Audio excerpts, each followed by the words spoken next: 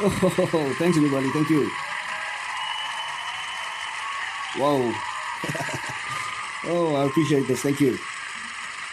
Thank you.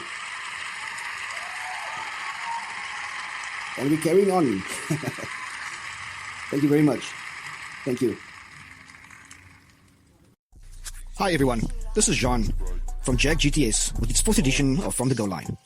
During this edition, our focus shifts to the goalkeeper's positioning within a game. So firstly, let's start by looking at some basic principles of goalkeeper positioning. Firstly, for goalkeepers to position themselves correctly, they have to know where the goal is. It sounds very simple, eh?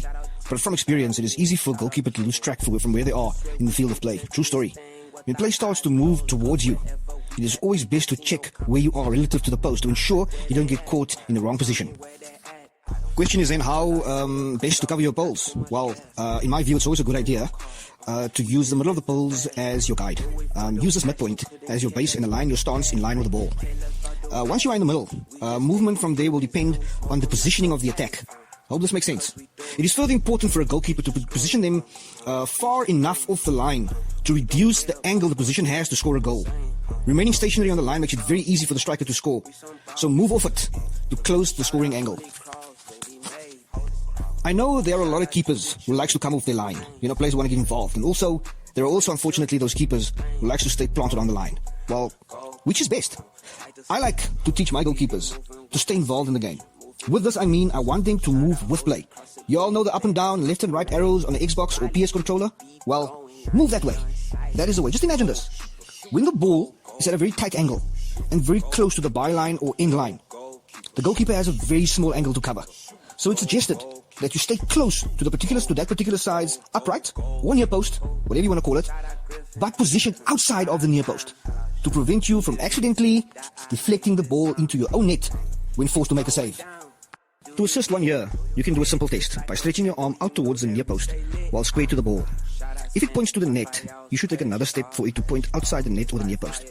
When it comes to danger in and around the goal area or penalty area, goalkeeper movement should be in a half-moon shape. See the D as part of the penalty area? Well, that's the movement around the goal that's recommended. Be careful for moving too far off the line when play is close, because you could get chipped or get caught out of position. Coaches, this may sound easy, but believe me, it is something that has to be coached. And it can be coached. Movement around the box, movement by goalkeeper can be coached by merely placing cones outside of the penalty area. Similar cones being placed within the 6-yard box. And as the ball moves around the penalty area, that is also the way the goalkeeper should be moving. It is not an easy and obvious thing. I know. Do it, coaches. It's important. So obviously with positioning in focus, a recent Man United Europa League game comes to mind. I believe it was against Club Bruges or Club Brugge, whichever way you want to pronounce it. Romero came off very far off his line and was chipped. It was very embarrassing. There are also a number of keepers that I coach and coached in the past that tells me they want to be part of the action. Now, I do believe in the sweeper keeper role, and that will come up in later podcasts where I'm going to have a specific session about the sweeper keeper role. But imagine scrambling back as a keeper. I've seen it.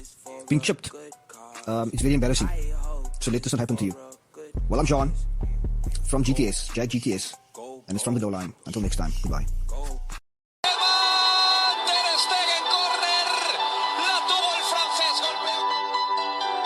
Allowed to turn. Lacazette, great first shot. What a save! Oh, and again! David De Gea.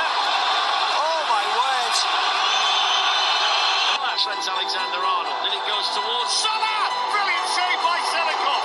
What a save from the substitute. Liverpool miss another opportunity. Jesus. And Stones. Kind of been out of sight. Dortmund have elected to leave 3 up on the halfway line. Dias header, brilliant save. And then Son couldn't apply the finish. Oh là là, quelle erreur de Camara, il redonne ce ballon à Fabien Ruiz. Peut-être option pour frapper, le crochet un petit peu long, le tir enchaîné et la claquette. Oh, thanks everybody. Thank you. Wow.